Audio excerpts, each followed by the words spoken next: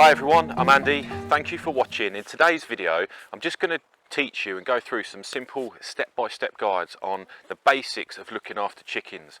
Chickens are a great animal to have and a great addition to the family in your backyard. So keep watching and I'm going to give you some simple ideas and tricks on how to look after your chickens for the first time.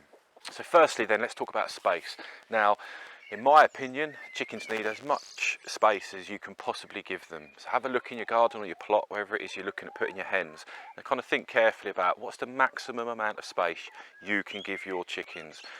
I think there's no official rule in the UK for space as far as I'm aware, but I read somewhere a while back that for 4 hens you're looking at sort of 5 foot by 4 foot. Now, in my opinion, that's nowhere near enough space. For 4 hens. I'll be looking at doubling that. My hens, I've only got the 3 at the minute, but they're enclosed in a 25 metre electric fence area, which, okay, obviously I appreciate, you know, is quite a big space. But just have a think carefully. The more space, the better. Basically, the more space you've got, the happier they'll be, and essentially the more eggs that they're going to lay for you. Next up then, let's talk about some of the basic requirements that your chickens will need. Obviously food and water. So you can buy these. These are little plastic feeders. This one is a 1.5 kilogram feeder, which I use as a spare. Mine I let free range around, so when I let them out, I put this by the greenhouse and they're quite happy. This is a drinker for them, which I also use as a spare, but in this heat I do put it in their enclosure and I hang it up, and that's a 1.5 litre drinker. This is enough for 3 hens for a day. In this sort of weather they get kind of clean cold water twice a day. If you're planning on having any more than 3, I'll definitely recommend going for at least a 5 litre jug. Just to kind of show you, these are my hens sort of staple bowls. So depending on your budget and, as I say, space that you've got available. Hello girls. This is the omelette range. So this is the drinker. Off the top of my head, I'm not sure how much this holds, but I'm probably going to say 3 litres, maybe a little bit more. But yeah, that's their main drinking bowl, and then this is their main feeder. So this holds a lot more pellets than this. So if you can, I'd recommend buying something like this to begin with. These will fit in most coops as well.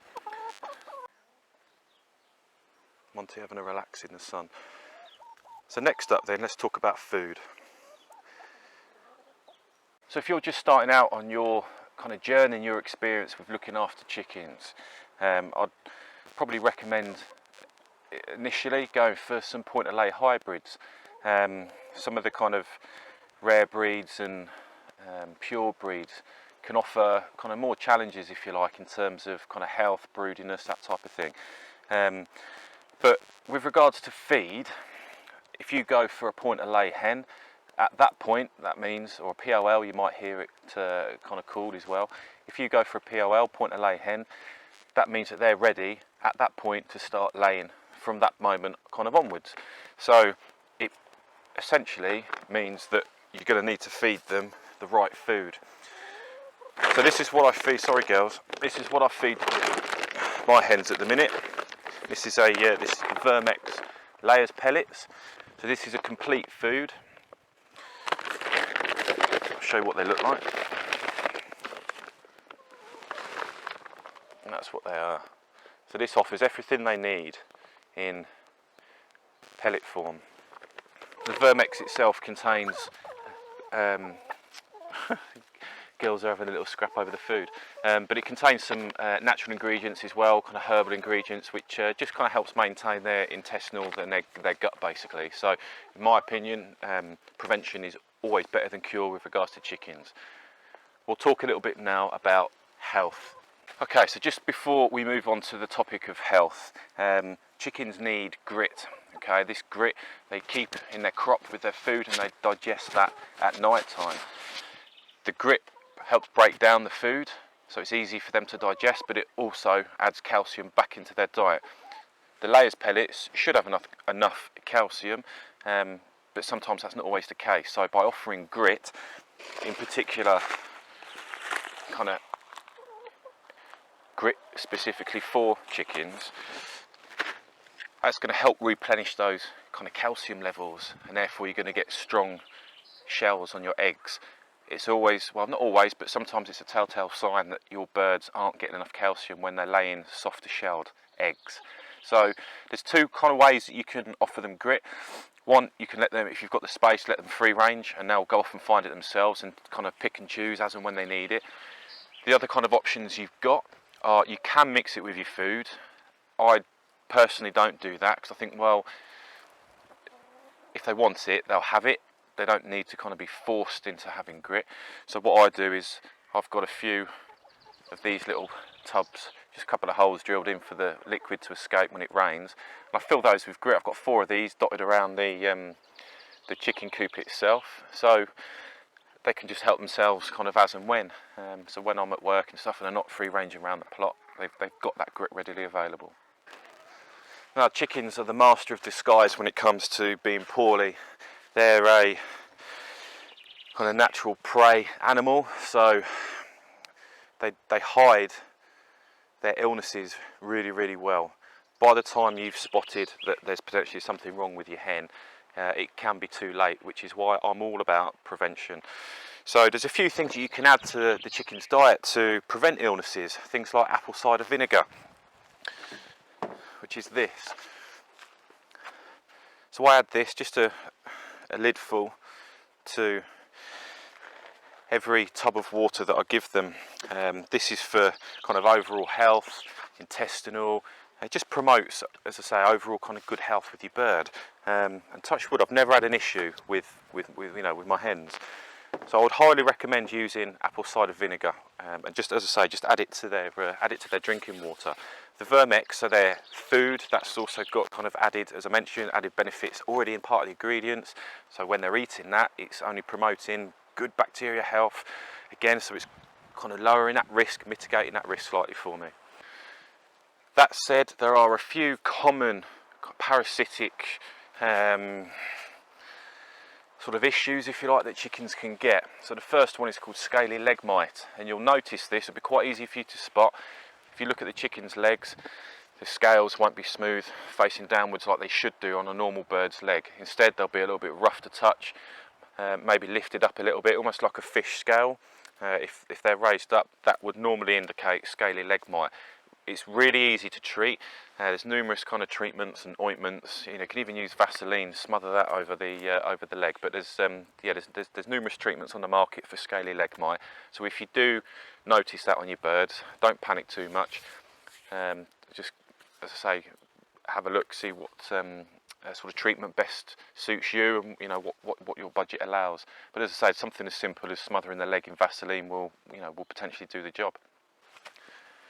The other parasitic kind of lice infection that chickens can get, and possibly the most common one, is the dreaded red mite. Red mite is a pain in the backside. It's carried by wild birds. Every chicken keeper will experience a red mite infestation at some point during their kind of chicken keeping career. Now, I use the Omelette Igloo cube. This is the Mark II version. The wooden kind of coops that you can buy, they're great, and they're kind of fantastic in the sense of that they can kind of suit all budgets. But that said, it's a bit more tricky to manage an infestation of red mite if you get an outbreak.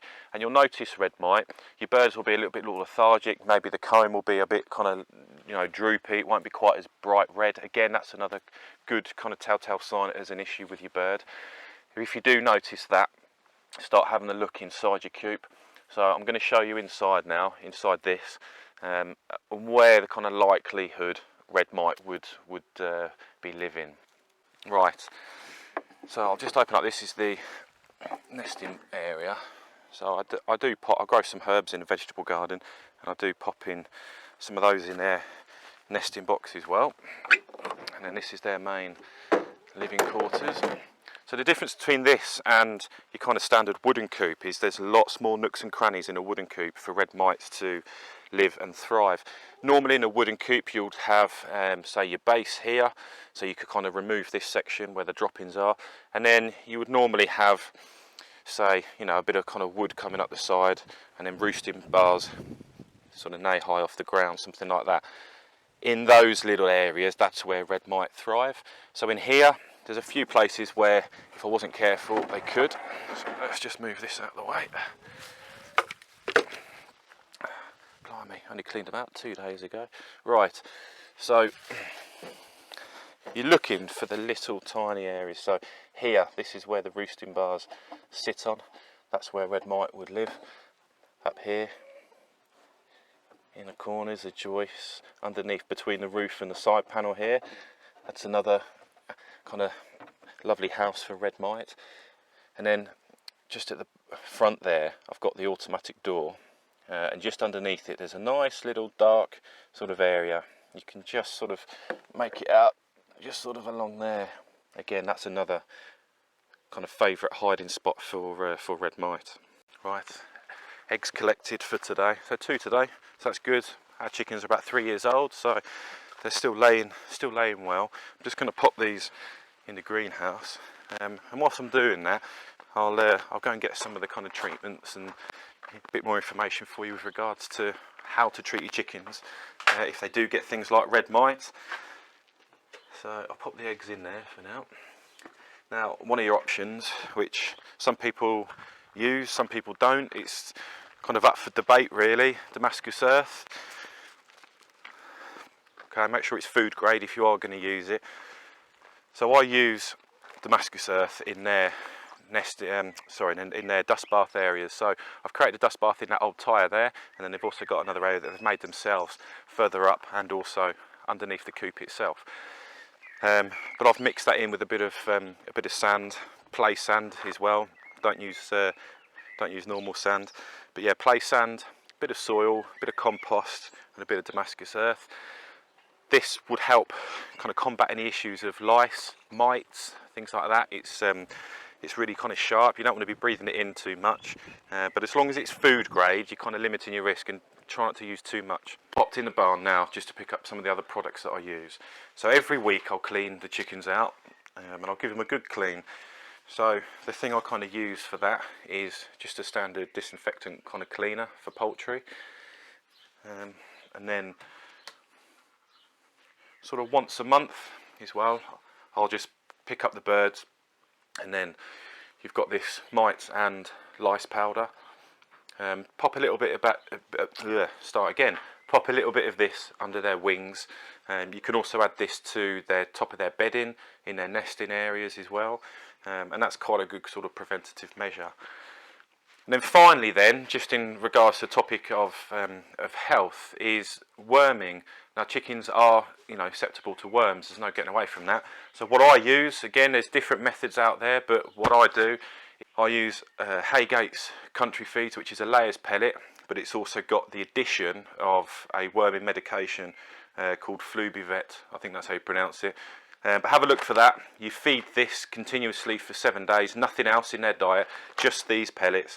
You can still eat their eggs as well at that time, so it's, you know, it's great. You don't have to stop eating their eating the eggs that they produce. And I do that twice a year, so I'll do that just as we're heading into spring, and then I'll do it as we're kind of going out of autumn time as well. Finally, then, this is what I use for their bedding.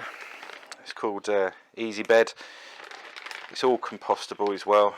So it's really kind of fine. I'm not sure if it's hemp actually, this one. I'm not sure. But this is only about a tenner for a big bag. You put that in the nesting areas and underneath their dropping tray. And then, as I say, you can put that straight out onto the compost bin, which is great, because if you grow vegetables as well like me, then you'll know how valuable chicken manure is. But I hope you found this video useful. Please pop some comments, ideas, feedback, whatever it might be, in the comments below. It's always great when I hear from you guys, so thank you very much. Thank you to the recent people that have subscribed as well. And if you like my content, check out my channel, please subscribe, and I'll see you again. Take care.